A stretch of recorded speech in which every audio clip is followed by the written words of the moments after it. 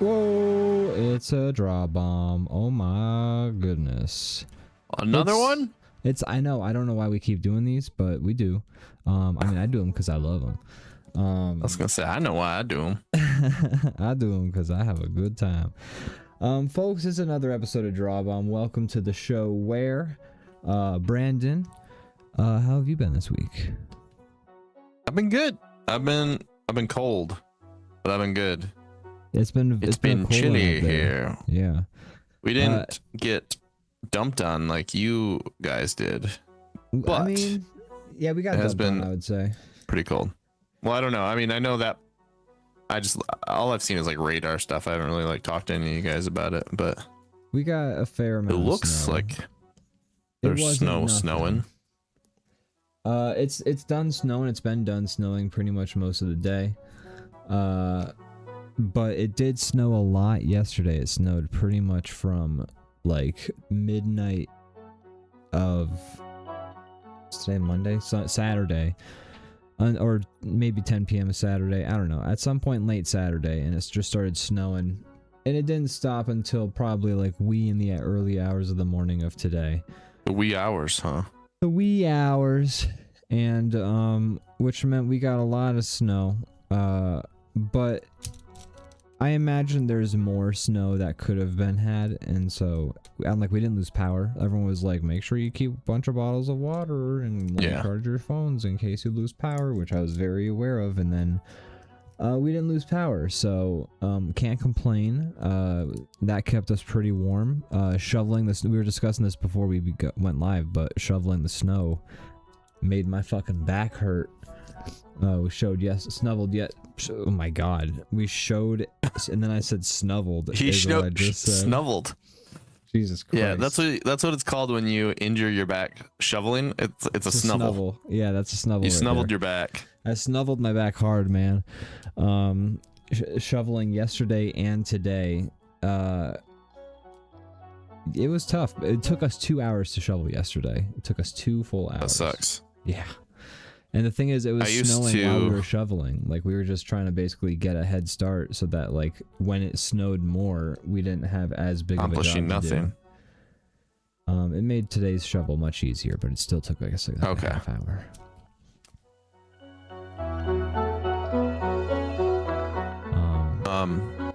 I have a little snowblower, and it makes my life a lot better because I've gotten snubbled. My back has gotten snubbled many times trying to, you know, do a little snow shovel. Yeah. 2-step action, and I'm glad that I have this because it makes my life, you know, it makes it a lot less difficult and a lot quicker of a process. You know, I think we do have. By the way, I don't know why. Leviathan Den, thanks for the sub. Appreciate it. Yeah, we didn't say anything. What a guy. Leviathan Den, like, that's much appreciated.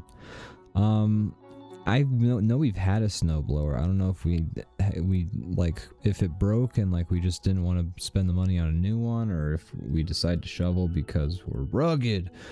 But we did have a snowblower at some point, but I'm not like mad that I shoveled. I enjoyed putting on my earbuds and just kind of doing some physical labor for a hot minute, you know? I don't get to work out a whole lot in the snow. Get some exercise. Yeah, exactly. Like, when it turned into wintertime, you know, I got less physical exercise. I wasn't riding my bike to work as much or at all. And it's just, you know, when you can't go outside, you just, that's where the physical activity really is. You can't really do a lot of, where like, it lives. Yeah, that's where the physical activity is, man. It's out there, man. It's out there. But yeah. I was gonna say, oh yeah, I love being freezing cold and sweaty at the same time, threading that needle. Yeah. It's a good time. So good. Like, I need more blankets and less blankets at the same time. Great movie. I'm too hot and I'm too cold. Sir, he needs more and less blankets. Walk Hard. If there's anybody out there watching us, Walk Hard, a Dewey Cox story. It's a fantastic watch. Very underrated Did a comedy. table quote that at work to me. Just like last week. Fantastic. And I was, you know, love that movie. My friend Patrick He was like, you ain't want none of this shit, Dewey? To me, because I think of that scene all the time. it's probably the funniest scene of the movie. I don't know. It's the best parody of all. Like, it's the most, I think, brilliant of the parodies of that movie. Like, there's a lot of parodies of different aspects of things happening in those movies, but I think that particular scene just nails it so hard in comparison to the rest of the movie. Like, then the rest of the movie is great, but that scene fucking nails it. Like, what it's like, like the parody of it, I guess. Yeah. I would agree. I should show Gianna that movie. I think she'd get a kick out of it. It's a great movie. She, especially her being a musician, she might exactly enjoy it even more. I mean, she's probably seen. I mean, everybody's seen those biopics. Yeah. I feel like, have they always been completely corny and like yes just there to sell records, or have they gotten more so? Because like definitely more so. Everyone I've seen recently, you'd think like a modern, you know, especially since like Walk Hard came out and drew attention to all these tropes, you'd expect maybe them to get better and avoid the like things that make them silly, but I feel like they've gotten worse. The last couple I've seen were just like straight up like a commercial, right? And like, I'm like, I know this person's life had some like challenges. Why didn't they put that in the movie? Instead, they're like, I don't know. It's interesting. No, I totally feel you. So like, when I saw Walk Hard, I was like, well, that's the perfect parody. Like, there's no excuse to ever pull these tropes ever again when they've been so expertly dressed down. But then I watched the James Brown biopic, and that one like copied the opening scene of Walk Hard, like almost the exact same, like with the band that like the lead singer gets like injured, and so like Dewey Cox steps into the lead singer, and like everyone likes him more, so then he becomes the lead singer of the band. The record exec picks him up at that night. That all happens in the James Brown movie from like the little, like I wasn't fully paying attention to the movie. It was like on at a friend's place while they were watching, and like other friends were doing stuff. Yeah, like I would think that after Walk Hard, movies would be like, okay, let's not do that. But then also I think Bohemian Rhapsody, that like Queen biopic, it also kind of started that way. It had a lot of, it started that way, and like that's how good of a parody Walk Hard is that like movies are still fucking pulling the tropes that movie's like making fun of.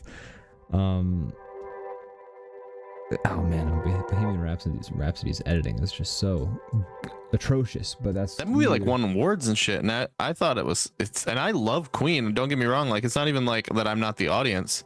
Yeah, I'm the audience. I like the band, I am interested in the story, I like the music, and I thought that movie sucked. Yeah, I heard that the Elton John movie that came out that same year, I heard that one was better.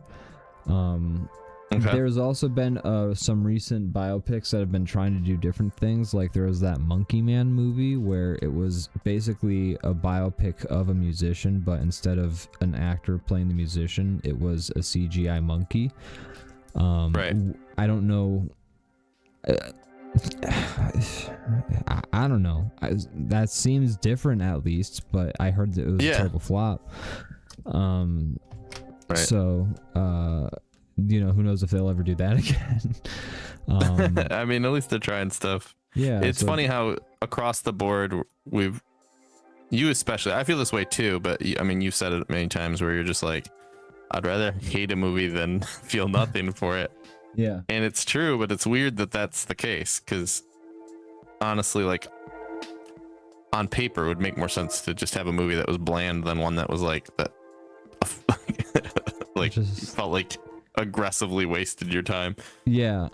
The worst thing about a movie that I feel nothing for is that I won't remember watching it, which feels like you've done the Men in Black neural analyzer thing to me, but just by sheer like mediocrity rather than like some amazing technology or anything like that. You were just so mediocre that you zapped yourself out of my brain. That's then fair. there was one movie, like the Netflix Nemo in Slumberland movie was so aggressively mediocre that I just think about that movie sometimes, and like I don't remember anything specifically that happened in it. I just kind of remember like vague That sucked. past, like just moments, like frames. And I'm like, that was a thing in the movie, I'm pretty sure. But like, it was so aggressively mediocre, and I felt nothing while watching it the whole time. Those things always kind of end up feeling like dreamlike to me, because I'm like, it's the same kind of thing where you're like, I have memories of it, but I can't really like lock onto any of them. It's like a fog. That's exactly my problem with them, is that they feel like a fog, and I hate that. I hate that. I hate feeling like foggy brain. My brain feels foggy enough as it is, what with the COVID. Yeah, I don't need any help with that. That's its normal state. Yeah.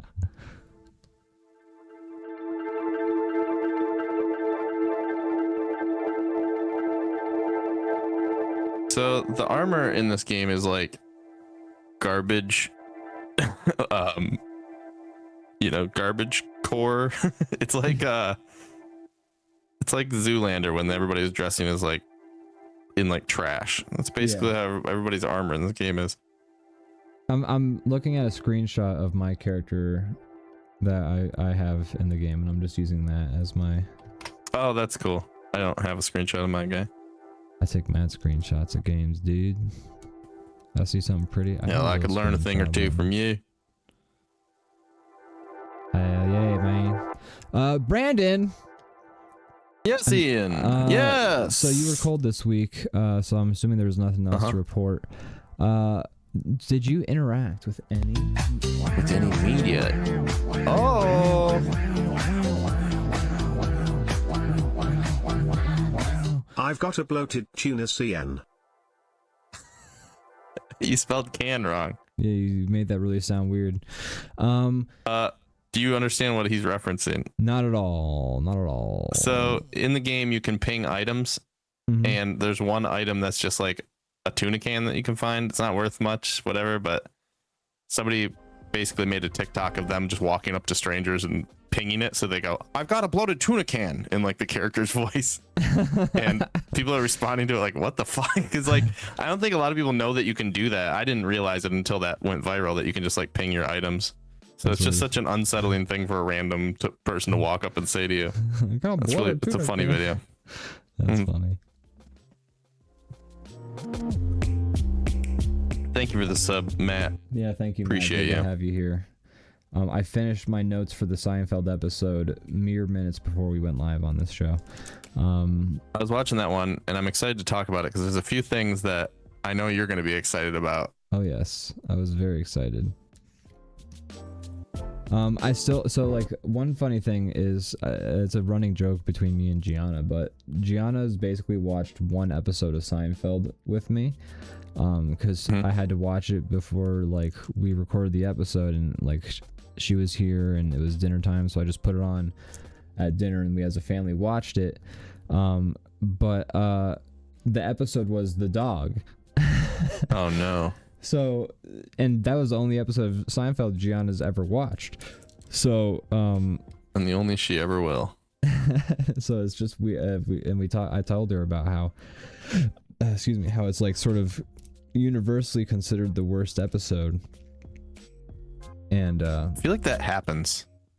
I feel like there's shows where I never really watch them, but like maybe the 2 or 3 times I caught them, it was like a rerun on TV, and it was the same episode, and it was the same bad episode. Yeah, and it just gives Like you I this really bad legit, I can't think of the impression exact show or episode, but I know I can remember talking to somebody who like trying to get me to watch this thing, and I'm like, I don't know, I keep seeing this stupid episode that replays where this happens, and they're like, no, that's the worst one, and I'm like, it's the only one I've seen, and I've seen it twice. That's why you gotta always put your best foot forward, folks. Guess so. It's easier now that I'm not relying on it to play on TV, and Yeah, you just you're at whatever mercy of whatever they play. Yeah. But this episode is a good one in my opinion. I enjoyed it quite a bit. It's got some classic bits for me. Yeah. Yeah. There's some bits in there too that we thought were gone but returned. That's right. I had that mentioned in my I knew you would. I'm like, oh, Ian's gonna be excited about that, but I'll save it for the pod. All right. I finished my little outline, my sketch of my character, and I'm pretty happy with it, honestly. And I feel looks like good. I didn't realize it was just a sketch. I mean, it's sketchy, but it looks good.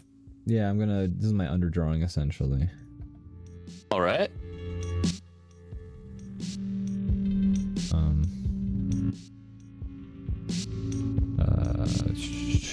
Let's see.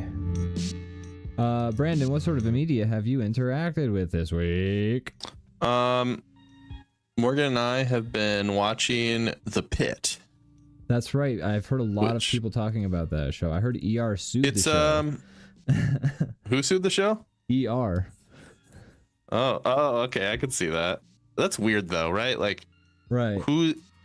The studio, I guess. I don't like who's ER when you say I know, ER did something. I don't know. Who is that ER? Doesn't mean jack or shit. Let me look up. Who is? It had to be the studio. I have to assume it's the studio. But in what way?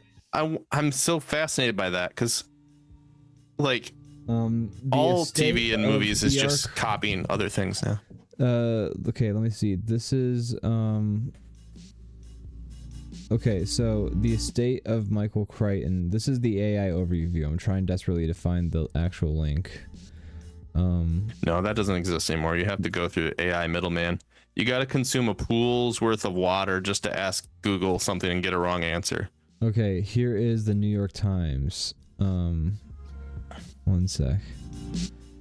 I gotta get through the intro. Okay, Ms. Crichton has since sued Warner Brothers, Mr. Wells, and the creator and showrunner R. Scott Gemmell in the California State Court, asserting that The Pit is the ER reboot they negotiated in disguise about as tricky as a pair of what?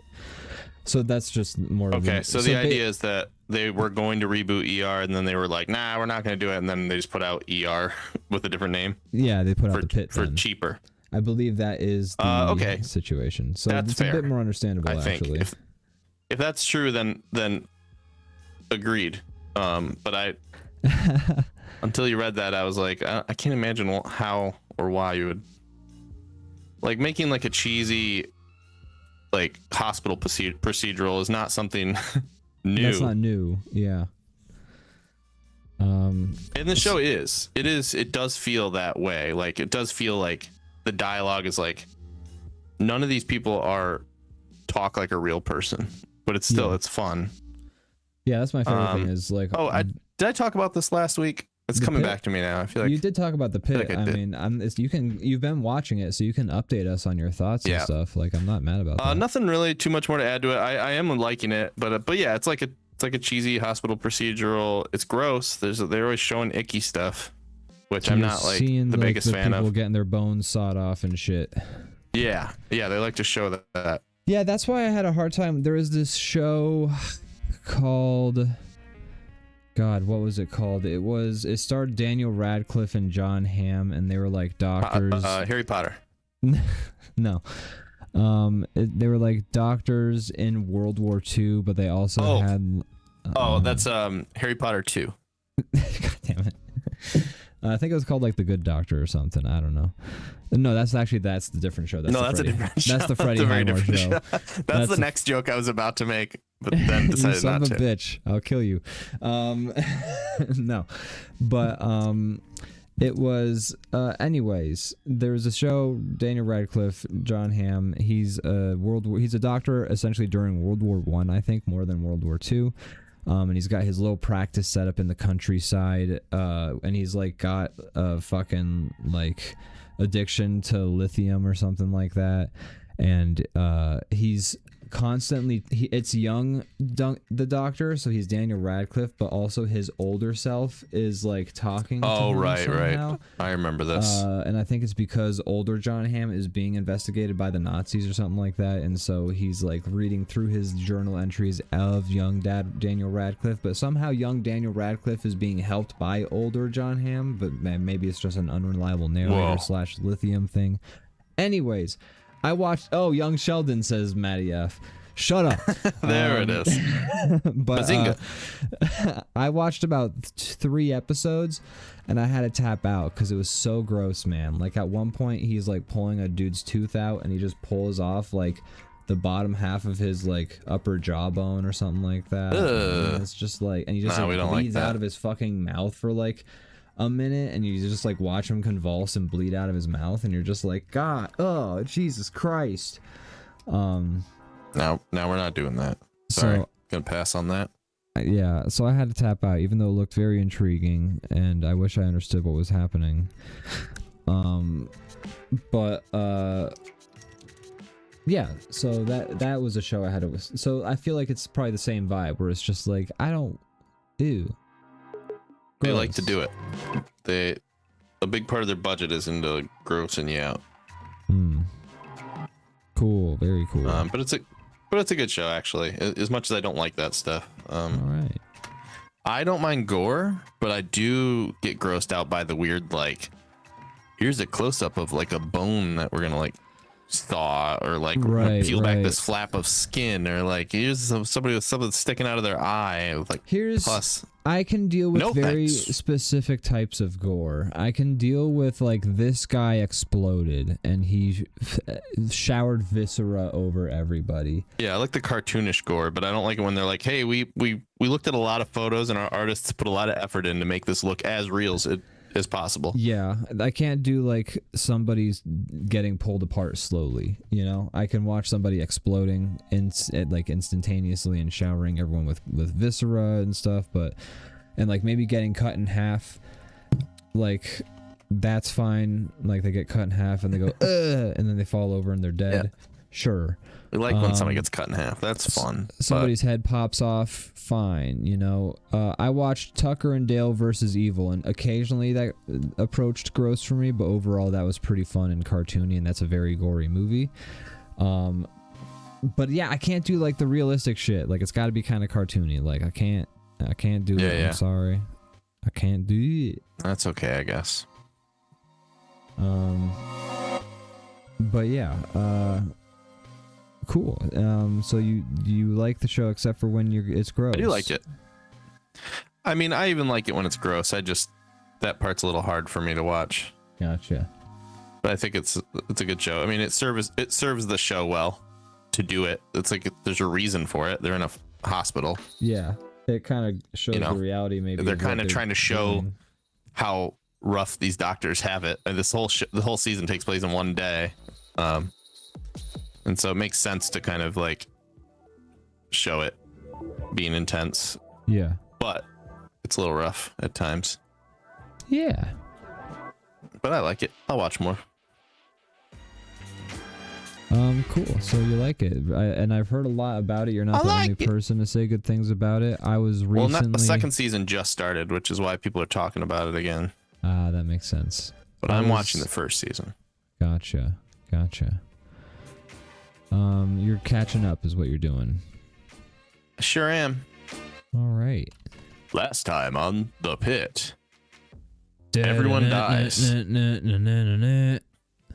That's the one criticism that I will give the show, is that because it's like a classic hospital procedural, it's always like, this guy's in for a routine thing. He has a headache. He's fine. Over. Send him with the medicine. Oh my God, we turned around and he's dead. What happened? Right. I need 10 cc's of blah, blah, blah, blah. And they're like rushing him around and like, it's like, what? don't come to this hospital. Everybody dies here. It's a bad Yeah, place. it's got bad vibes. If you're going to this hospital, you're probably not coming out. Yeah. Yeah, those shows are a great way to give you hypochondria. It's true. I didn't talk about this when we were talking about how we've been, but I forgot to mention about this. But I was in New York recently for like a few hours. Was that the plan for just to be a few hours? That was the plan for just to be a few hours, but I made the trip out there. What was it? It was a good time. Our friend Steve invested in a bar, I guess, and so we went to this bar and we had some drinks, and I had some of their pork belly tacos, which were incredible. Okay, good. And then afterwards, we went to a Korean barbecue place, which was very cool, very loud, very interesting. I'm used to Korean barbecue where you cook the food yourself, but they had like the staff cooking the food for us. So I was a little confused, and I kind of like felt like I was fucking up the social contract with the staff sometimes. But overall, it was a good time. The food was amazing, incredible, delicious. And had a good time hanging out with my friends, and I met some new folks who were cool, and I enjoyed that. And overall, it was a great time, and it was good to catch up with everybody. It's good to see Jay again, whose birthday it was. It was good to see Zone Dog in the chat. Yeah, it was good to see everybody. Yeah, I had a great time. Zone Dog's not in the chat. You lied to me. I mean, he's not in the chat, no, but I mean, he is. But if he were, if he were in the chat, he would be Zone Dog. That's true. That's true. You got a point. But yeah, it was great to see everybody. I miss them. Even though Zone Dog lives like down the street from me, I still don't get a chance to see him a whole lot. Do be like that. It be like that, man. But yeah, it was a good time. It was cold as fuck in New York. Holy shit. That's what I've heard about that. They call it the cold apple. That is what they call. How did you know? The frozen apple. The apple? Was it a secret? What do you mean? How do I know? I know. I'm not allowed to know anything about New York. How did you know this fact about the biggest like city in the country? You've heard of New York? You've heard of New York, dude? That's crazy. It's my old stomping ground, dude. Oh man. But yeah, we had a lot of fun. Cool. Love to hear it. And in terms of media I interacted with, I played a lot more Stardew Valley, but I can also say I played through a game called Home Help Hotline. I don't know if you've heard of this. I saw that you guys were going to play it. I wasn't around when you did, but you son of a bitch. No, I'm kidding. I'm sorry. It was not supporting my friends. How could you? I trusted you. No, but I don't like to support my friends because what happens if they become better than me because I helped them? That wouldn't work for me. So yeah, I try to eat you alive. Step on my friends and push them down so that I can feel better about myself. That's a good way to do it. Yeah, working out for me. Nice. But yeah, it was a lot of fun. It's a game. So for the folks who don't know, it's a game where you are basically like a call center person for essentially a 911, but for different stuff. Like first, it's kind of like pests, and then it's as you progress through the game. The whole game takes place basically over the course of a week. It was much shorter than I expected. But as you progress through the week, you know, people call in and you also get more entries into like your log of issues that like people can call in about. As you get more entries, they become like more fantastical and creepy in some cases. And yeah, that's kind of, you kind of like have to like, these people will call in and they'll have a message where they essentially describe their problem, and you have to then use the like guide that they give you to figure out which problem they're dealing with. Okay. Yeah. It's like a diagnosing type game. Exactly, and you're kind of using their clues that they give you. Like no one knows exactly what they're dealing with, so they're just kind of telling you the symptoms that they're dealing with. So you kind of have to like attach that to like what the guide is describing. And it's pretty fun. I had a good time. Once you beat the game, like I said, is a week, and it's got a pretty interesting way the plot goes. But all of the calls in the main story game are the same. It's not like randomized like I thought it might be. So once you play through the main game, unless you're like trying to get a perfect score or something like that, you're kind of getting the same experience over and over again. However, once you beat the game, they do have call training mode, which is where it's it's a bit different, but like it's the same game, but there's like multiple, it's like randomized, and there's multiple calls that you're just trying to basically like survive without making as like, you're trying to not make 3 mistakes while diagnosing as many calls as you can to get like the highest score. And that's pretty fun. That's a nice way to kind of extend the life of the game, is giving you a chance to kind of like keep doing calls, and yeah, it's pretty fun. Cool. That sounds pretty fun. I know you like those style of games. How does this one stack up against some of the others you played? It's pretty good. Recently. My main complaints about this game are that it's really, really short. And like it's nice, and like the production value is really good. It hits the tone perfectly. And it's even got like a little art book you can look through, where like it's 30 pages of the creator of the game talking about how they went about like how the creation of the game happened, and like the process, because like it looks like the same guy created, like he coded and did the art for and wrote the game, and like got his friends to all be the voice actors in it, which is really cool, and I admire that. So you kind of like get 30 pages of him showing off like his sketches and like the full art pieces that are kind of like in the game, they're kind of bit crushed down to fit that 90s aesthetic. Because the game takes place in like 1995, and so that like art book is very cool and like endearing to look through, and but like otherwise, like aside from the call training mode, the main story game doesn't, it's quick. We beat it in like an hour. We just beat it. And like we didn't lose. Like you can lose in the game, but we didn't hit fail state. We just did that well, because we're so good. But no. Hell yeah, brother. So we beat the game super duper quick. And I kind of just wish that there was more, because like the call training mode isn't quite. It doesn't have all of the same production value of the main story campaign. It doesn't have like the voice acting in it that kind of like has this fun aspect to it. The story doesn't progress. So it's kind of lacking that when you do the call training mode. But the call training mode is more of the puzzle, so that's fun. And I do like the puzzle. My second complaint about the game is the creatures are supposed to get like creepier as you sort of progress in the game, but to me they never really got. There's like one kind of like pretty creepy entry, but otherwise they're all like, they're not that creepy. So I just wish there was more. Like there's like there's a couple of good ones, but I just kind of wish there was more spooky shit in the game. I wish the game were spookier. Yeah, especially if that's kind of how it's marketed.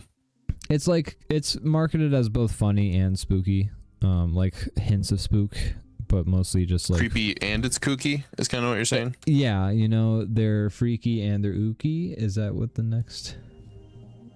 They're all a little ooky. That's what it is, isn't it? I don't know. I don't really get behind calling anything ooky. Yeah. I'm against it. I'm not gonna ook someone's Come on, there's a joke in there. What is it? I don't know, man. I'll figure it out. We'll get back to everybody on that. Gosh, you're just like filling out this whole drawing, and I've been working on little old me drawing. Is that okay? Time. No, it's totally fine. I just feel bad that I'm not. I just know we had other things we wanted to do, so I'm just kind of. No, yeah, I'm through glad, it, and I'm glad you're flying through. I wish I was more of a flyer througher. I'm gonna try. They're robots, so I don't want to spend too much time like drawing all the little details. I'm just, yeah, you know. I'm gonna try and fly through a bit faster. This is my show is good practice for like drawing quickly. yeah. I usually do under drawings for everything, but I don't do it on the show most of the time. I've been doing it with some of the Pokemon, but I mostly just let it rip. I'm too dependent on these under drawings, I feel like, but I'd like to get to the point where I don't have to, but I'm not gonna like rush that.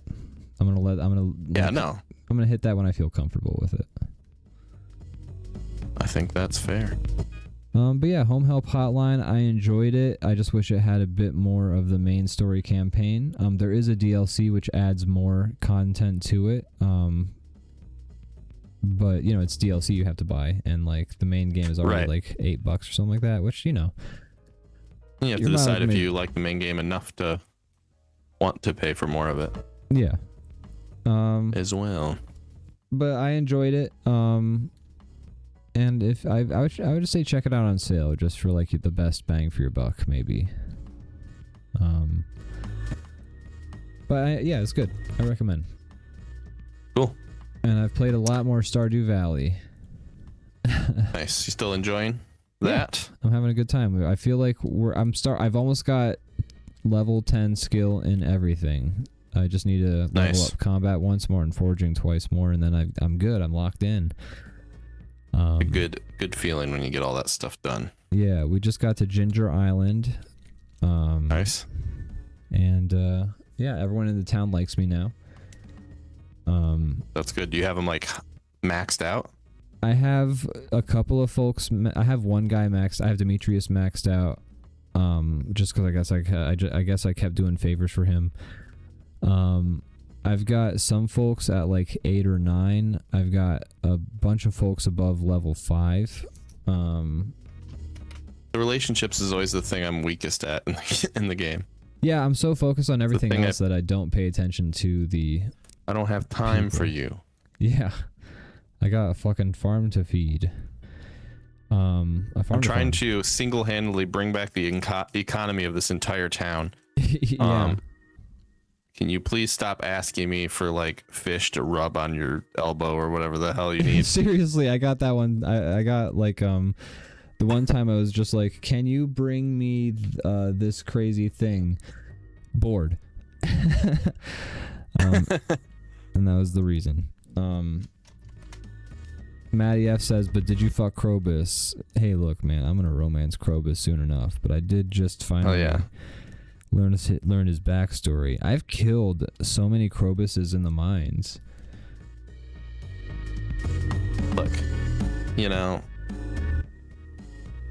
he doesn't have to know about that. I think he does know about it. Like, I think he's just made his peace with it.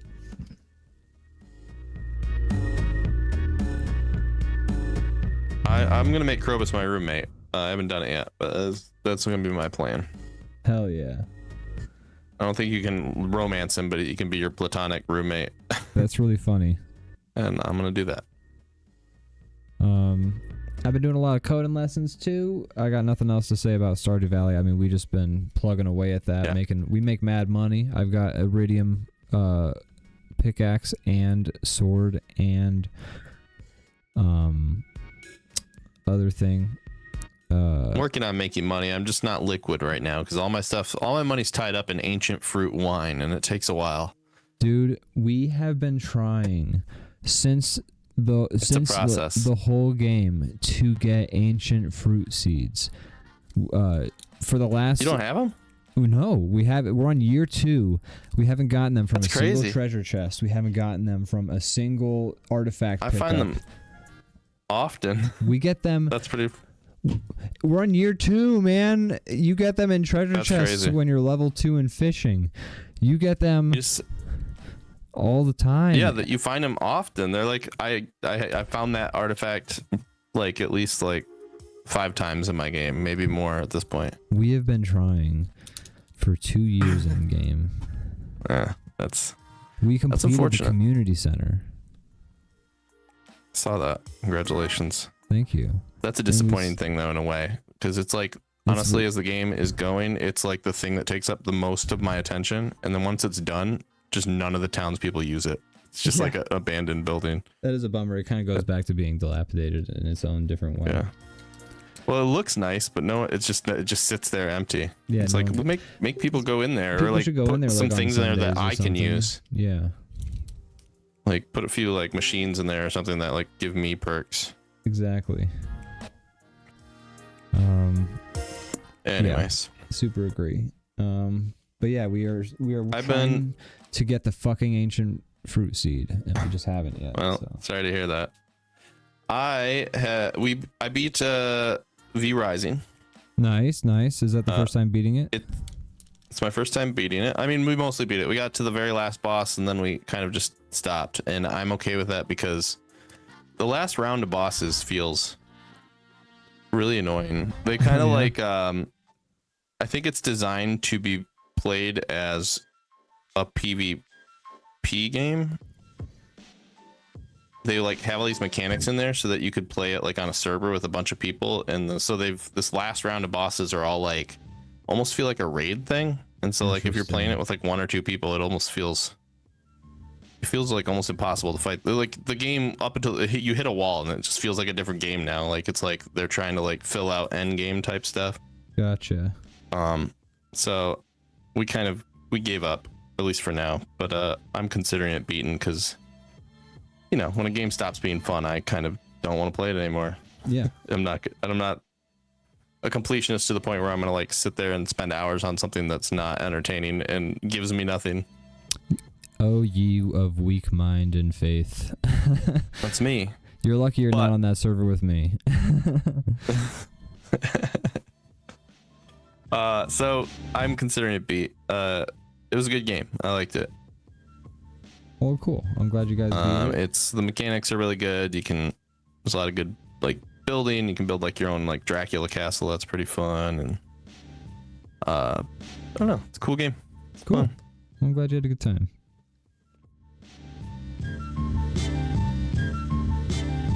We now are playing, or at least have started up an Enshrouded server.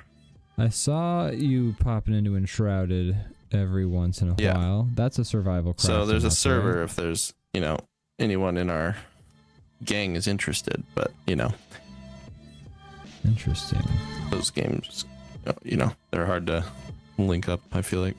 Especially nowadays. They were easier during the pandemic to I know, yeah. People. Well, when we have the next one, we can play some fun stuff. Yeah. The next pandemic? Yeah. Yeah, of course. I mean, we're due for one.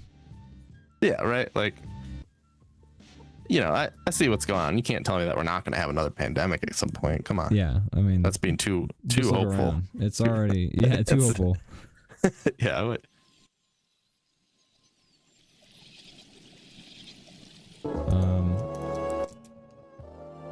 I have finally enacted the main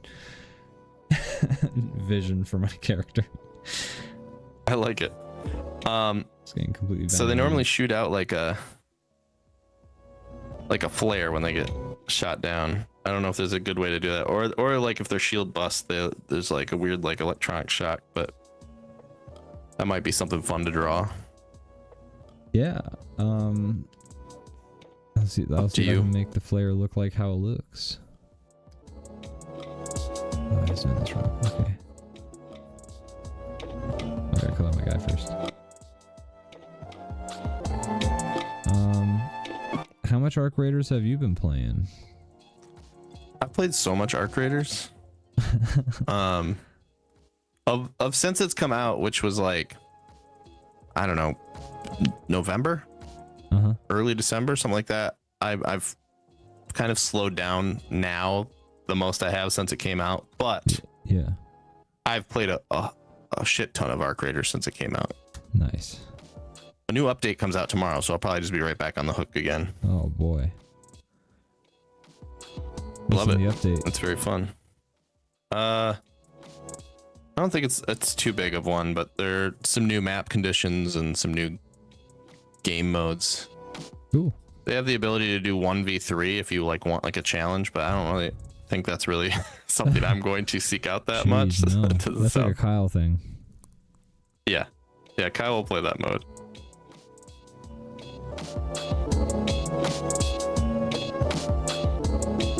Kyle's like, But it's great. It's a great game.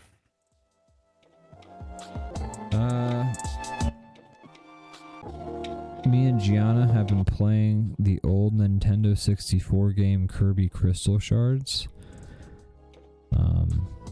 It's a good time. Have you played it before? I had it as a child. Okay. Are you liking it? Yeah. Is it a good game? Yeah, it is. It's a good game. Cool.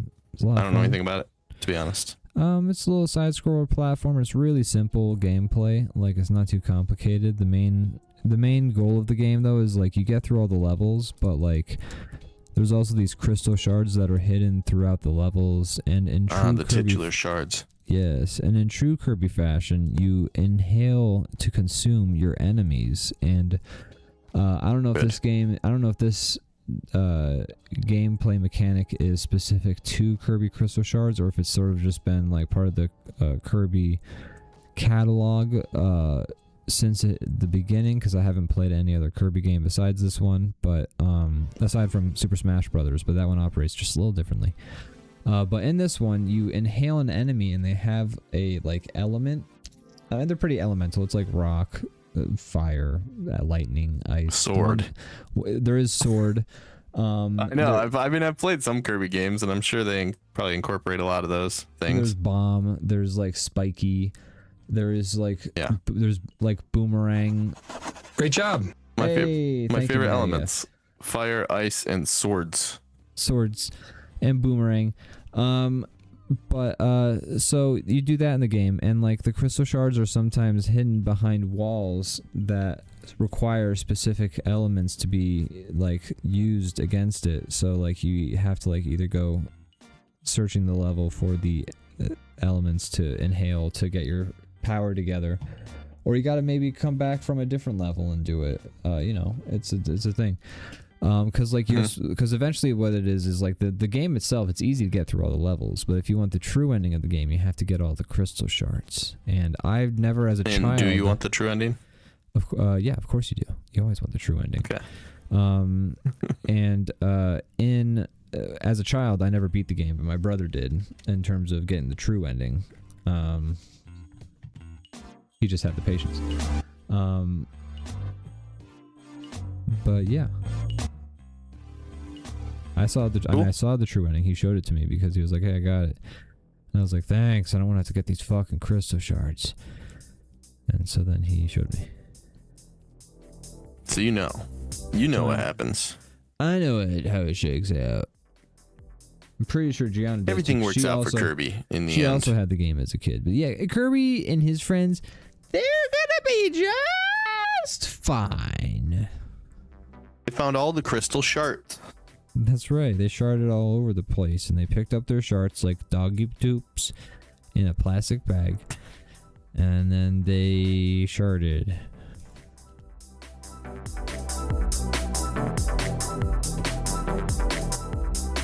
Nice. Thank you. I am great. Yes, I am great. My mother was right about me. Yes. I've also been watching a lot more Simpsons. I mean, not a lot more. I've just been watching this. Hey, thank you.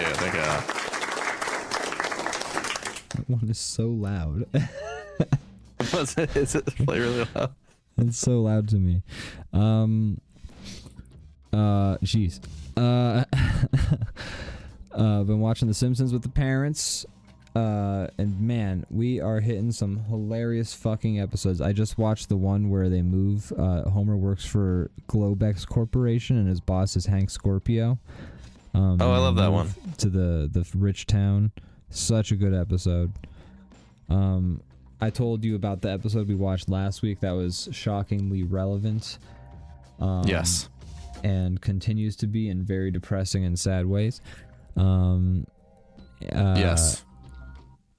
And this week, I think it was yesterday, we watched a Halloween episode, and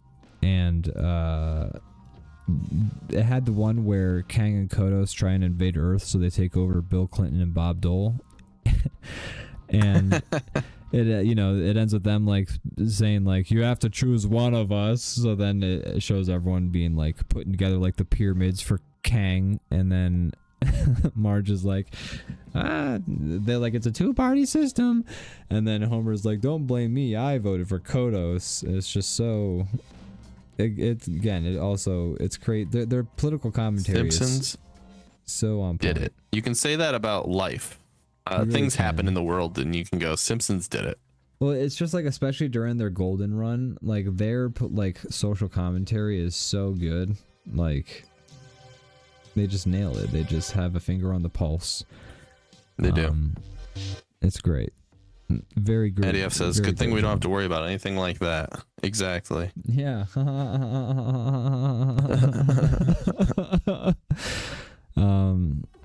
Gosh, Matt should have heard about my synopsis of the episode I talked about last week, which I think that I talked about on DrawBomb After Dark, not DrawBomb proper.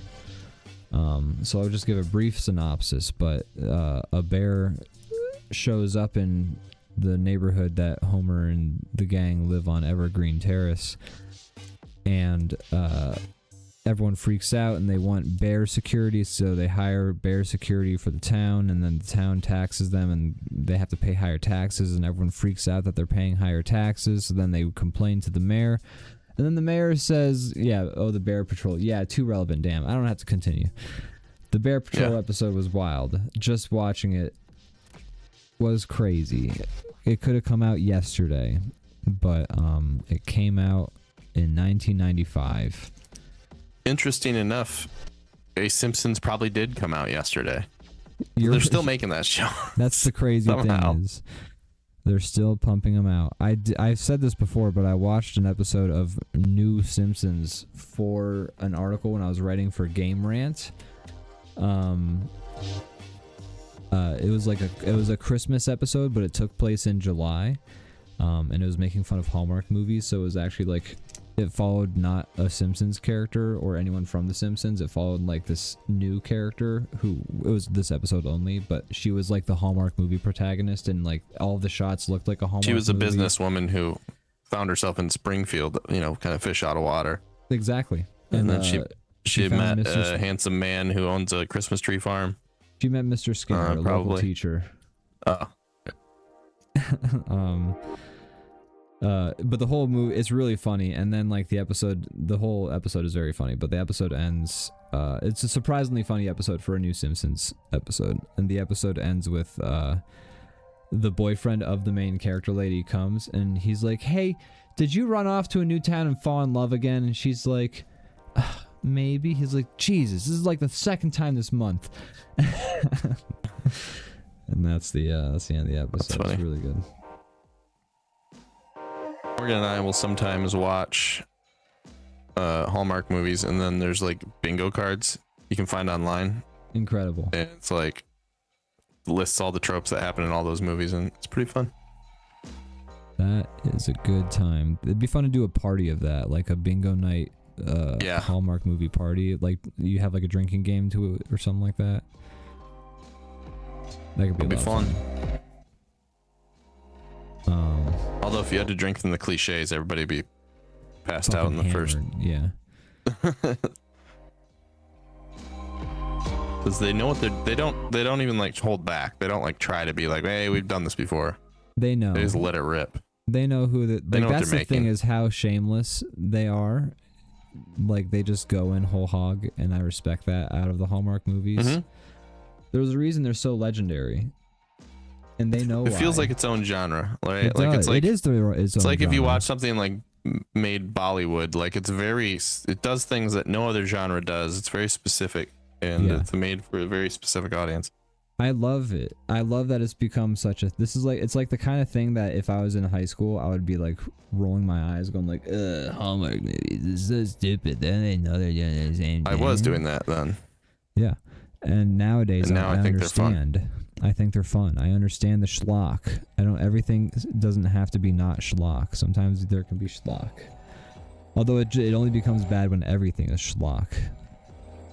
But you get a nice mix of everything nowadays, so bring on the schlock.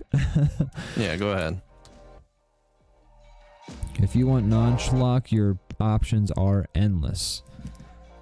And if you want schlock, Your options are endless. We live in a glut of media, and it's drowning all of There's itself. not enough itself media. out. That's what I say. We filled up the world with content. I need more content. There's so much content that good content gets drowned out by the bad content. And the bad content gets drowned out by the bad content, and the good content gets drowned out by other good content. Maddie F says, Lisa, I'd like to buy your rock. Is that relevant to one of the episodes? I did watch that recently. So that isn't the Bear Patrol episode, but Lisa's like, it's so stupid. So like, the bear is the first bear to show up in like in the town in like 30 years. But everyone's freaked out and they order like helicopters and like cars to like patrol the streets and stuff like that. And then Lisa's like, it's so stupid. These helicopters and vans don't make anyone of us safer. And Homer's like, yeah, they do, Lisa. And Lisa's like, no, they don't. It's like as if I was to say, they're as helpful as this rock. If I were to say this rock kept tigers away. And then Homer's like, interesting, go on. And then Lisa's like, I'm just saying, like, I could say like, hey, look, I have this rock. Do you see any tigers around? And Homer's like, Lisa, I'd like to buy your magic rock. It's a great episode. The funniest part about the episode is that the Simpsons family is fully on board with the proposition to kick out all of the illegal immigrants until they find out that Apu is an illegal immigrant. And then they literally say, like, one of the lines in the episode is, I think Marge direct and Homer, I think they both say it at two separate points. They say, wow, I was really for this until it affected somebody I liked. And that's, yep. There it is. There it is.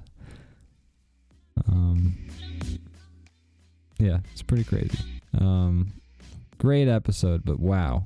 It felt very pointed. Yeah. Ouch, it was sharp. So pointed. Too pointy. Yeah, it's sometimes surprising when that stuff like pops up. You're not expecting it. It's like, oh, God. It's too relevant. No, thank you. Yeah. I thought I was just trying to sit down for grilled cheeses and watch The Simpsons. This is supposed to be my escape from this shit, man. Yeah.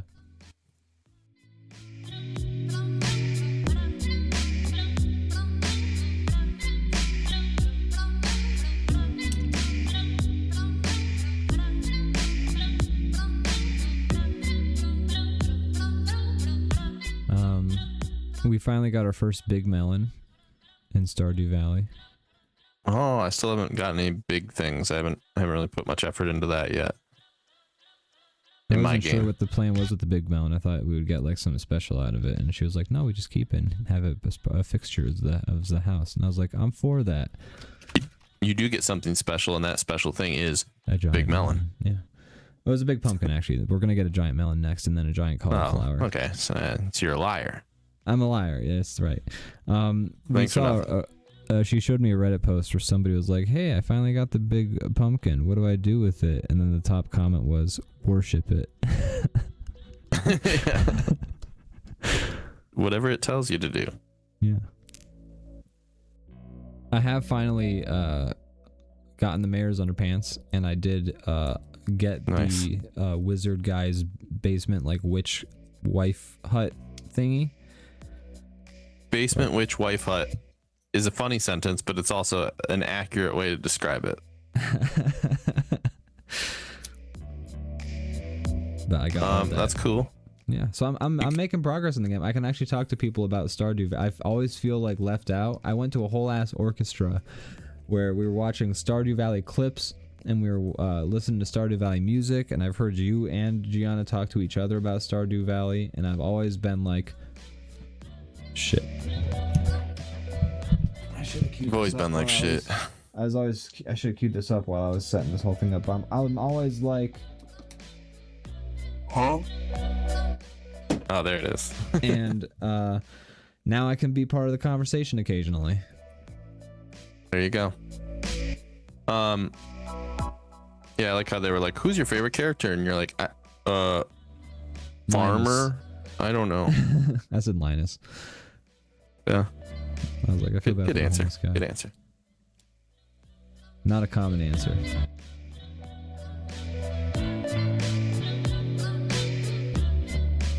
He seems like he's doing just fine. He's getting along. It turns out I was like, Linus, why you homeless? Get yourself a home. But it turns out I guess he just likes it like that. He likes it. He puts on his ghillie suit and he eats the trash in Pelican Town. He seems to be A-okay.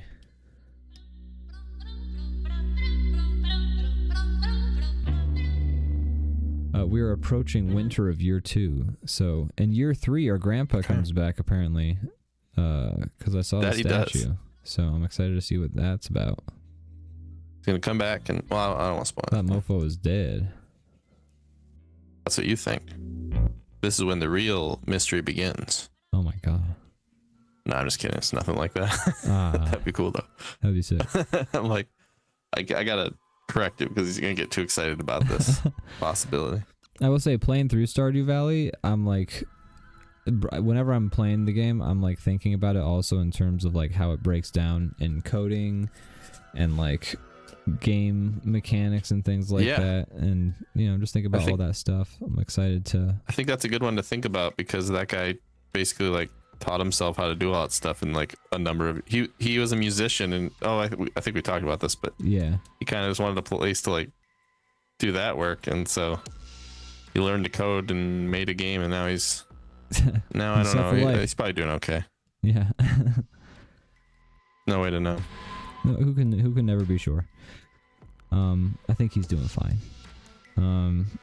That's a fun trajectory. I'm happy for him. I'm happy for him too. And now also when I hear the music, I recognize it, which is also not how it used to be. I like the music in that game. Yeah, I do too. I get the song stuck in my head occasionally now. What'll happen? Because we started talking about the game. Now I have the one song stuck in my head. I think it's the one summer song.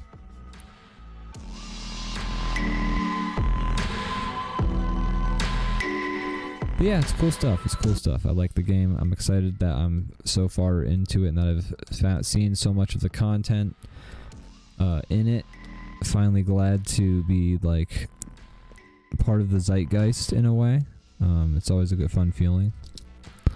Finally have something to talk to you about. It's been rough, man. It's been like we just sit in desert. silence. Yeah, you can hear the wind blow between us.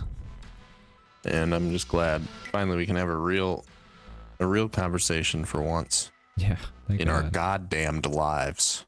About Stardew Valley. That's a real conversation. Yeah, now we're talking about Stardew Valley. Hilarious. No, but you know what's? I had this thought recently. When I was younger, and I think it was maybe more true earlier in time, just because of how time works. This is gonna get kind of like big brain. Or not big brain necessarily, but I don't know. Thinking big. But okay. When I was young, I would watch things and I would say, oh boy, now I know about this thing in culture. And I would I was excited to watch things to be like, not just because it was exciting to watch things, but also because I was like, oh boy, culture is shaped around this thing. Now I know about it. Thus I know more about the culture and stuff like that, and that's cool, and that's a net positive. And that, because I thought pretty much anything I watched would be part of the culture, like the conversation. And as I've gotten older and as more stuff just gets made, not everything you watch is part of the culture. That's true. Not everything makes it in. Yeah, makes the cut. Not everyone is K-pop demon hunters getting like all of the discussion and like I have like 50 people telling me to watch the damn movie, and I haven't yet. I haven't watched it yet. I haven't seen it either. My niece loves it. She watches it on repeat. Jesus, see, like, and like, there was a chance that if you watched K-pop demon hunters, like, maybe it didn't pop off and you watched it and it wouldn't become part of like I'm using the phrase the culture, but sort of in that sense, yeah. And like there's a chance it could have not popped off, and then if you watched it K-pop Demon Hunters and you knew about it, you didn't know about the culture, you just watched a movie, and that's fine too, and that's its own reward. But I don't know, I'm just thinking about like the disparity I realized. It's interesting what sticks and what doesn't. Yeah, and like how much sticks nowadays, and like things stick less nowadays, I would say, because, and you know, you could argue, oh, it's because of monoculture and stuff like that, but there is just so much shit that gets made that things don't like stick as much because there's like a new thing every week. That's a real thing. Yeah, and like, I mean, I think it's hard to do new things as well because, you know, it was easier to sort of like break genre and boundary back in the day. I know taste changes, and you know, I'm not shitting, and also like the ability to like have resources to learn these things and do these things. But it is always funny to me listening to like really old music, because you're like, if I had access to a recording studio, I could be a musician. Like I could be a music star. Like half the people are like can't hold a key and like are like rudimentarily playing like an instrument, and they have multiple albums and a long music career. Yeah. The hard part was like having access to an instrument. Like, you know, would you know a guy who can make being an able to instrument? play it? You're like, you know, not having polio, being able to play it,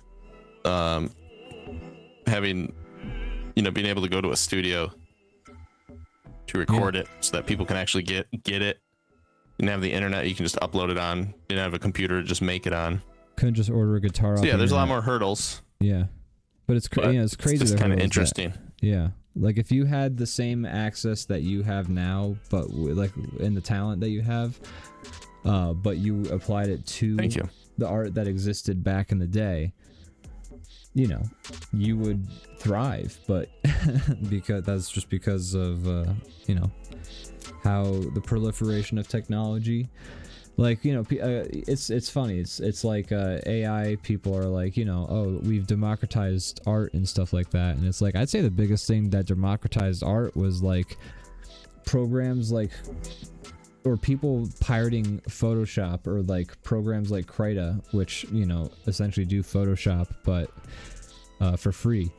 You know, I'd say like that shit, like people being able to make art and then like post it on the internet is the democratization of art. And it's ever since then it's been there. Like, and YouTube tutorials have democratized everything. Like you can figure out how to do anything if you need to, whereas like, again, back in the day, if you wanted to learn how to play the guitar, you had to either find somebody who knew how, or you find a book and hope for the best. Right.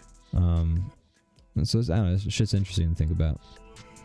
There's a lot of resources, and there's a lot of you know, I don't know, ways to share your stuff now that wasn't always there.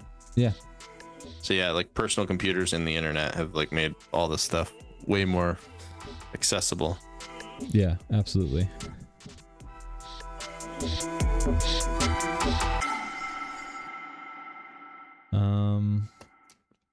Yeah. Interesting stuff. It's just interesting to think. So it's a good era to be in, as far as being an artist goes. You sure about that? Oh yeah. You sure about that? That's why? I feel like that landed right as I was saying. It's a good era to yeah, it was perfect timing. Be alive in. You know, I stopped when I said, you know, as an artist, and in some ways it's not, but you know, just for the sake of like making art, it's a good time.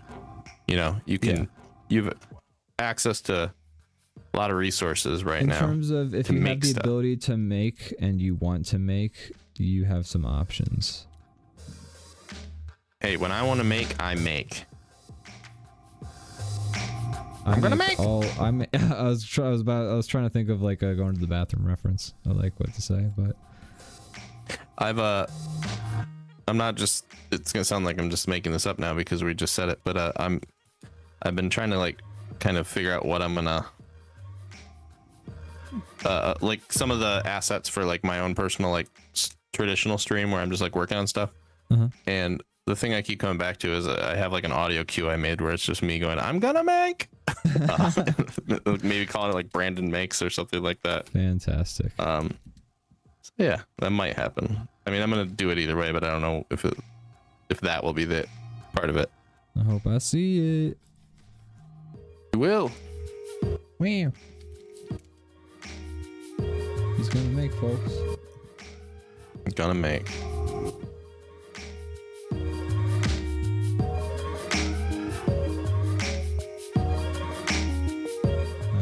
Let's see.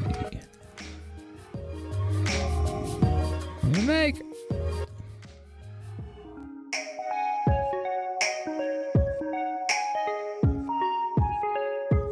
Mass Effect has been pretty fun. I'm still in the Citadel, but I'll be getting out tomorrow.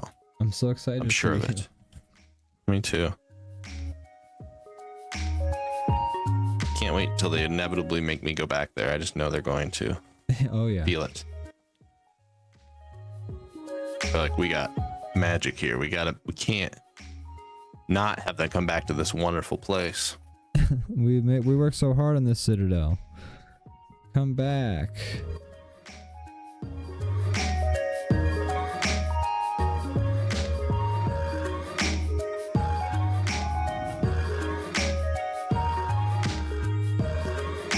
I started to learn a little bit of Golang, which is the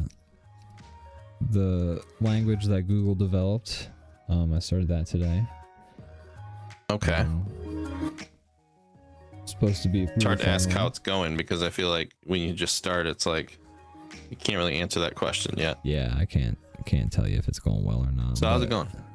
Well, you see, it's the thing is, what I've learned is that for the most part, coding languages are all pretty much the same. You just gotta kind of like figure out the syntax, and then, but like the operations and how you tackle problems, pretty much all the same.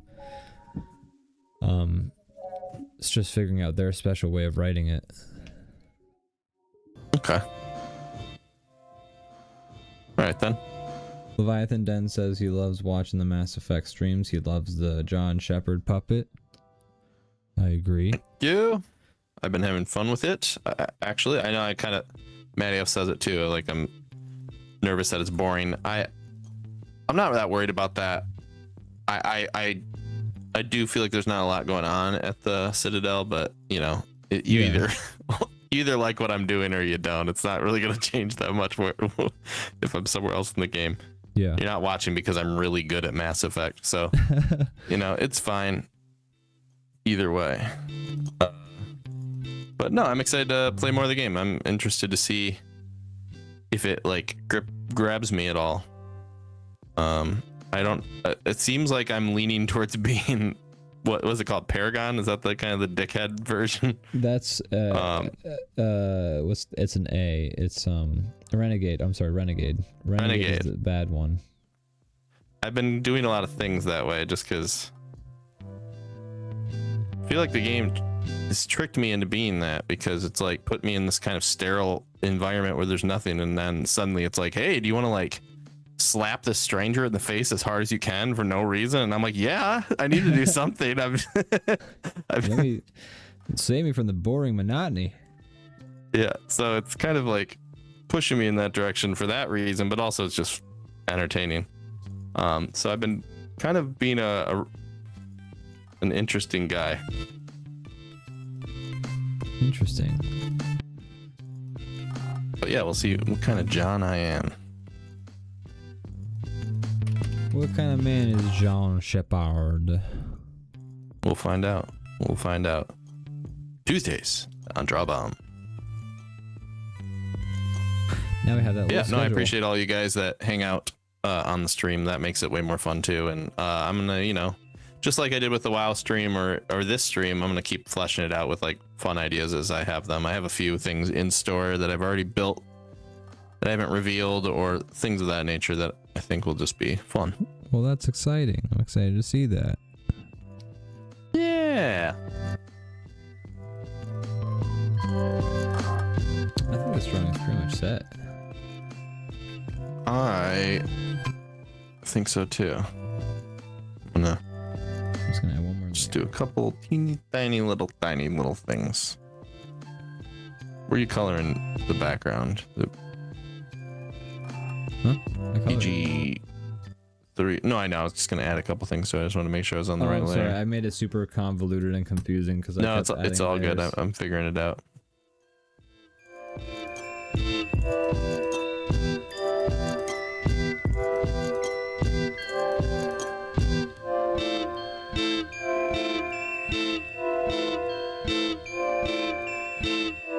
Oh yeah, bushes. I forgot to color the bushes.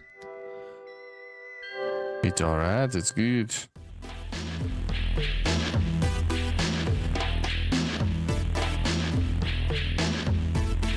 The nice thing about Golang is it's a compiled language. So here's what I'd like to do is I'd actually like to see if I could code bomb draw in Golang, because then I can package it into a file that you can have. Would like that. Right now I have Bomb Draw Lite. I haven't used it yet, but I will. I can give you more It's pretty funny. prompts from that if you'd like. Sure, it's very easy for me to plug them in. It's literally me just throwing them in a text file, and then I have it rigged up so that it just grabs a random one from the text file. Fantastic. And it works really well. That's awesome. You have to show me how you did that. Yeah, it's pretty straightforward and easy. It's just a combo of StreamerBot and OBS. Sick. All right, I think this is done.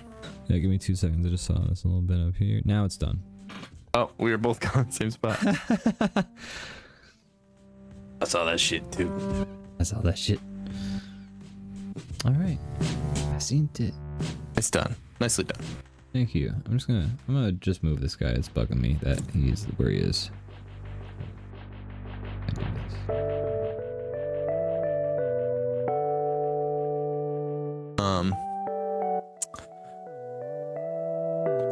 Let's see. Maddie, or wait, sorry.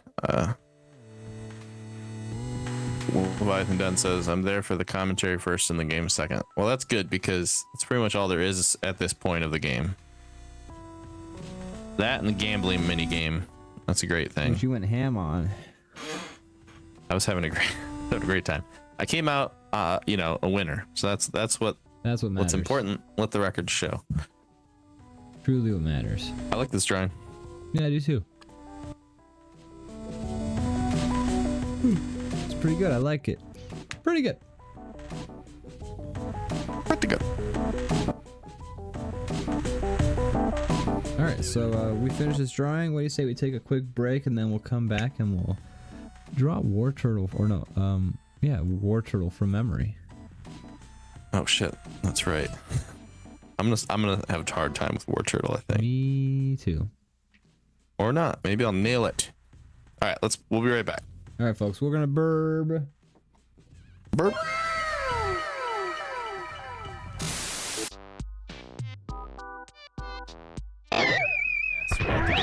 That's right, we do gotta hit the gas right out the gate. We're drawing War Turtle from memory, everybody. Welcome back. It's DrawBomb. Glad to have everybody here who's here.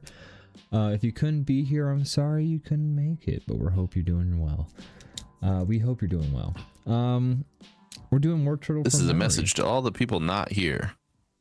That's right. We raise wish your you hand. were. Wish you were. Like that Pink Floyd song, The Wall. Anyways.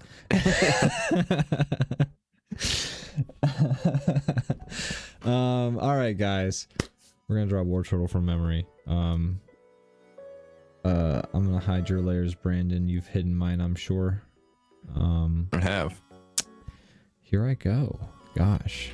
I'm trying to remember what I think War Turtle looks like.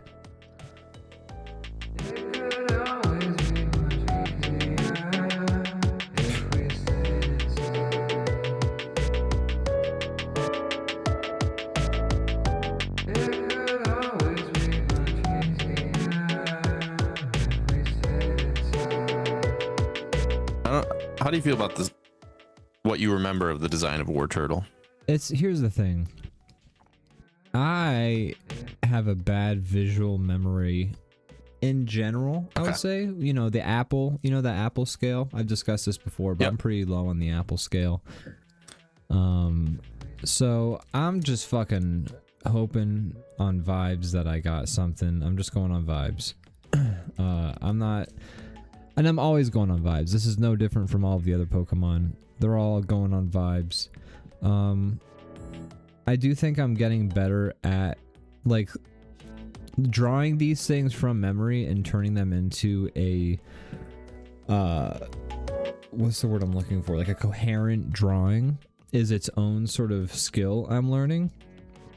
Like it's not easy entirely to It's true.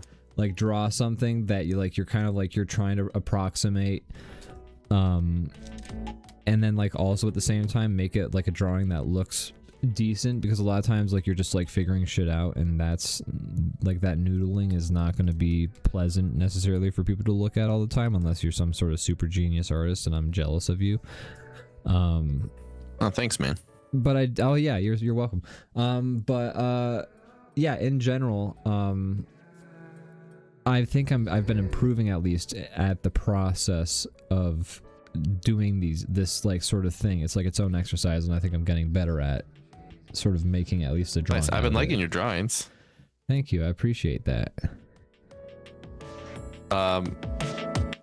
Yeah, it's hard to like be stylish while you're trying to like figure something out. So that's been my challenge for myself, is I've just been trying to like still put a lot of effort into the design while also guessing what that design is.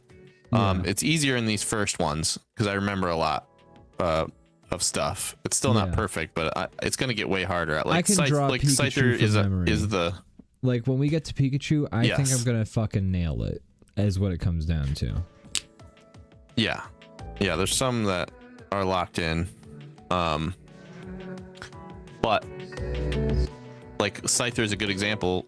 It's what started all this, but he's got like too many specific details that like our drawings aren't very good either. I feel like because we're just like so unsure of ourselves. Yeah.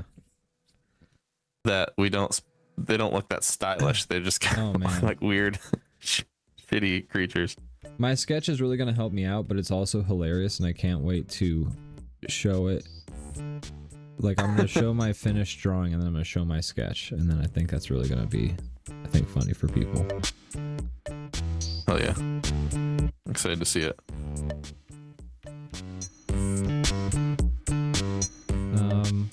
How have you felt about all of your drawings thus far in this, like, sort of catalog we're doing? To bring that word up again. Meaning like the drawings themselves, or how I feel like I'm doing as towards the goal of like getting Pokemon correct? Whichever answer or you're both. gonna have more fun answering. All right, I'll answer both. I think I've been doing pretty okay on getting details right. I would say like most drawings I would give a 6 or an 8, 6 to 8 out of 10 as far as accuracy so far. And then the drawings themselves, I've been having fun. I've been liking what I've been making. Awesome. I've really been enjoying this as an exercise. Like, this has been I'm glad we took this up. This has been fun. Me too. We've been doing it for 8 weeks. Me too. We've been doing Scyther from memory for longer, but not on an everyday basis for obvious reasons. But doing this has been really cool. Drawing all the Pokemon, or the original, like in my own kind of style, has been something that I've just kind of wanted to do for a long time, just because they're fun designs. Yeah. And I never fully did it, and it's kind of like in a way a basic thing to do because so many people do it. Yeah. But I like that we're doing it this way now. It kind of gives it some like freshness. It's own way of doing it. There's a like the fact that we are not looking at anything, we're just going off our memory. It makes it more of a fun exercise, I think. Yeah. I mean, I think if you were like, we were to just post like chart of all of our drawings, and not even like with the original, just like our drawings, and then like with the label underneath of what each one is supposed to be, people would like looking at that. I think people would get a kick out of that.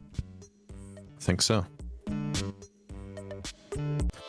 All right, let's see here. I'm not saying it'd go Almost got this. viral or nothing, but it'd be, I think at least a couple people would It would click like on absolutely it. be triple viral.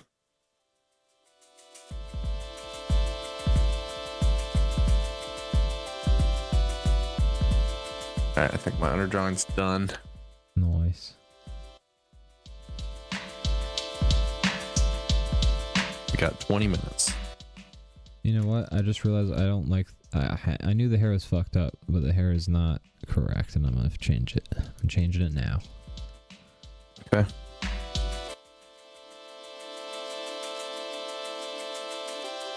That's fine.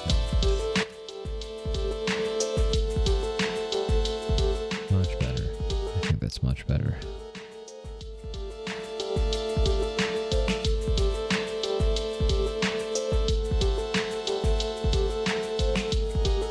Blastoise is in some ways going to be difficult as well. There's certain parts about him that I know well. Yeah. But when it comes down to like the actual specifics, I think I'm going to struggle in certain things. Yeah. I actually, I did hit up Lord Spew about possibly coming in next week and being part of DrawBomb, if, you know, only to do, if not to do Big Man Blastoise as like his from memory. He's probably going to have it down because for animation, you have to draw the thing 1,000 times. Exactly. That's my thinking. So it'd be fun to see the comparison. But he got confused about the date and he thought I was talking about this week. So I let him know. No, I'm talking about like next week. Gotcha. So we'll see if he's free. Yeah. And if he is, it'd be cool to have him on. It'd be a lot of fun. Be fun.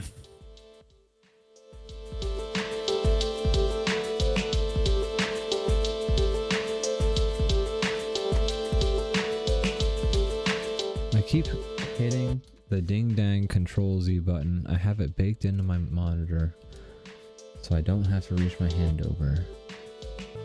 But it's taken me so long to memorize it, mostly because I keep changing the buttons to what I think should feel right. In my opinion, keeps changing. Sure. What I'm saying is I used to have my keyboard with my right hand, and then I could just hit like, I would hit Q to hit my brush button, then I hit E to hit eraser, and then I hit like Z to do something else, you know? And so I had like immediate access to these buttons that now I have to like learn now that my monitor setup is completely different. I'm going through that right now. As you were talking, I realized I was reaching awkwardly across myself to do my undos, and then I remembered I have the button right on the screen. I just need to use it. I am actually, as we speak, thinking my desk setup and thinking that if I were to swap around my monitors, I could make that the better setup. Oh. Do it right now. Yeah, let's do that in the middle of the show. Hey folks, we're shifting gears for a hot minute. We're gonna postpone that. We'll finish the drawing once you get that set up. Yeah. Matt will be over there about an hour late, probably. Yeah, about an hour and a half, maybe. Hope that's okay. Yeah.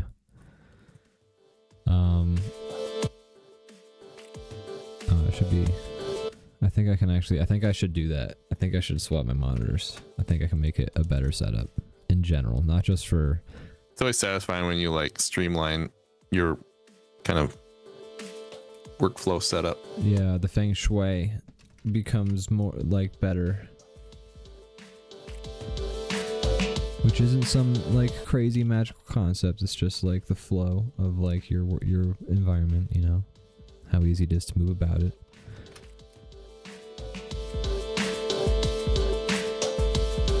I'm not saying that you thought that, Brandon. I'm just saying that for the general, for everybody. Stop putting words in my mouth. Yeah, you dumb shit.